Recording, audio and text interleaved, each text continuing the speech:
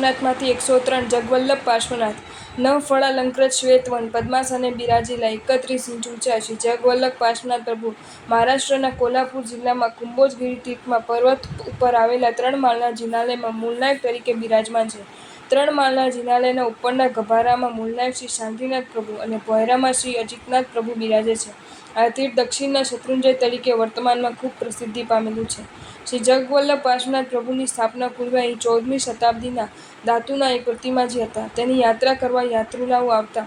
ઇચલકરંજી શહેરથી 5 માઇલ દૂર આવેલ શિરઢોણ ગામમાં શ્રી નાનચંદભાઈ અને શ્રી ફતેચંદભાઈ નામને 2 જૈન શ્રેષ્ઠીઓ પૂજ્ય આનંદ સુરીશ્વરજીના સત્સંગમાં તીર્થોની તારકતા અને જીન ભક્તિનો અપાર મહિમા સાંભળી જિનાલય નિર્માણ કરવાના કોડ જાગ્યા.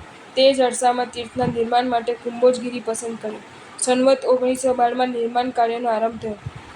ડુંગર પર નિર્માણ કાર્ય કઠિન હોવા છતાં સૌના સહકારથી કાર્ય પરિપૂર્ણ થયું અને એક ભવ્ય જિનાલયનું નિર્માણ થયું.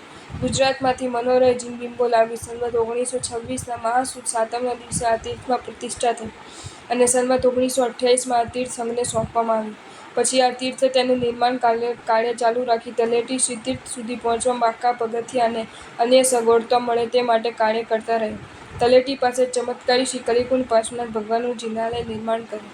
દક્ષિણના શત્રુંજય તરીકે વર્તમાનમાં પ્રસિદ્ધિને પામેલા આ તીર્થમાં સંવત 2021માં 1 મહિનો સુધી અતિ સુગંધી ચંદનની નિત્ય વર્ષા થઈ હતી. કેસરતણી વૃષ્ટિ થતી ને અમી તણા ઝરણા ઝરે. કુંભોજગિરીએ બેસના તું નામ જગવલ્લભ ધરે.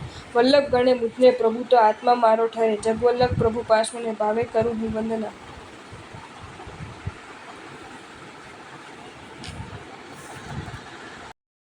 જો તમને આ વિડીયો ગમ્યો હોય તો આ વિડીયોને લાઇક કરો અને શેર કરો અને આવા જ નવા વિડીયો જોવા માટે જૈન ફેક્ટ્સ એન્ડ સ્ટોરીઝની ચેનલને સબસ્ક્રાઈબ કરો.